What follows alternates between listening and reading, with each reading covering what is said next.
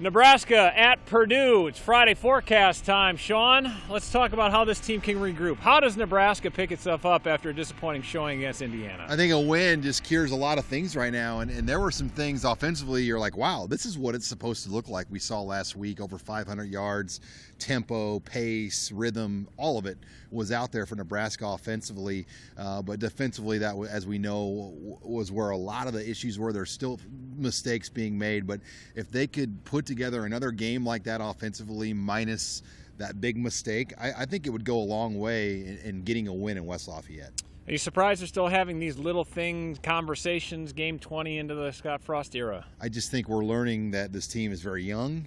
They've got some deficiencies that are very difficult that even in the preseason, I don't think people realize how big some of these holes were going to be, and they've showed up a lot, especially in key moments this year.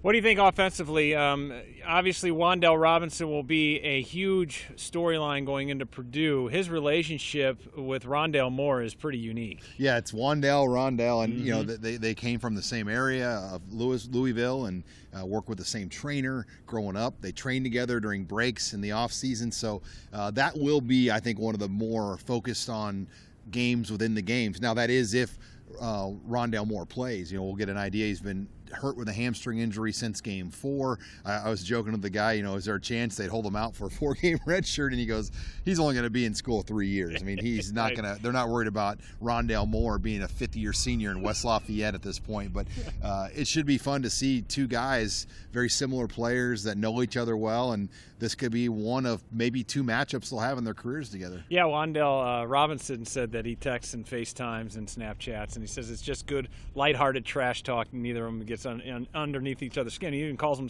like brothers because they work out so much together. He said maybe I'll try to get out of him if he's going to play this weekend. We'll see. They're a different team, though, with Rondale Moore. No doubt. And, Jeff Brom's a great coach. And if he has him available, they're going to find ways to utilize him and create problems for Nebraska's defense. We saw last week what Whop Filliard did, and Rondale Moore's just as good, if not better, than Whop Filliard. He's a double Whop. Yeah, he's a double whopper with cheese and bacon, maybe. Exactly. Hey, what about playing at Purdue? We've been there a number of times. It's an interesting place. It's a place that you're going to have to generate your own energy, especially with an 11 a.m. kick on Saturday. Yeah, and especially with where their season's at. I mean, it's a sleepy friends and family atmosphere there in Ross-Ade Stadium as far as where it's going to be. Now, earlier in the year, they were getting good crowds. I mean, they were getting record numbers, but I think losing the way they did last week to Illinois, then playing early this week, the momentum's down for theirs. It's a lot like Nebraska in the sense that all the hope their season had is gone here at this point, and it will, for Nebraska, it's a must-win game. For Purdue, if they want to go to a bowl game or keep those hopes alive, which are big ifs, they have to beat Nebraska. So there will be a desperation on their end to get this win as well to kind of keep something alive in their season. Purdue has to win their Final Four to get in. They did it last year. We'll see if they can do it again this year. On the flip side of that, how important is it for Nebraska to get – you got to get this one, I think, with staring at Wisconsin, at Maryland, and then Iowa to finish the regular season. Yeah, if you don't get this win, going to a bowl just seems really, really difficult at this point. And this is a program, Andy, that hasn't won 5 games since 2016, and that Muhammad Berry 6 games. 5 games. Yeah. Right? Yeah. 5. Right. Yeah. 4-8. Yeah. Muhammad Berry, going into Minnesota, goes, I'm just worried about getting to 5 wins, and people kind of laughed at that. But here we are. I mean, they've had 2 cracks at 5, and they've swung and missed on both. So it is.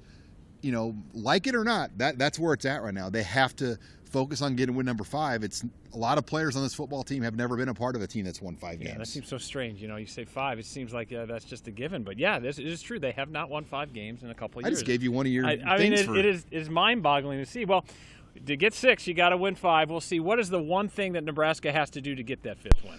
I think eliminate that big mistake on offense. It's just kill them. I mean, like the Vedral fumble that was right behind us, right? Because in that situation, they could maybe have gone up 21-9, most likely 17-9. Right. Totally different game. If you're up 17-9 or 21-9, I feel like the game. I don't want to say it's over, right? Because it's never over, as we know, in Nebraska. But you like Nebraska's chances up by 12 points there, and then on defense, they've got to figure out how to get a better pass rush. I mean, that last week with Darian, and I think a lot of people didn't make note of this, but Darian Daniels only played 5 snaps. Right. And I think taking him out of the middle of that defense really affected everything as far as maybe the internal push of the front 4. They just did not get a push. They got to get a better push against Purdue. Yeah, Indiana going 9 of 16 on 3rd and 4th down conversions. That's just not going to cut it. And 3 sacks in the last 3 weeks. That's not going to cut it. It's Nebraska and Purdue. It's an 11 o'clock kick. It's on Fox.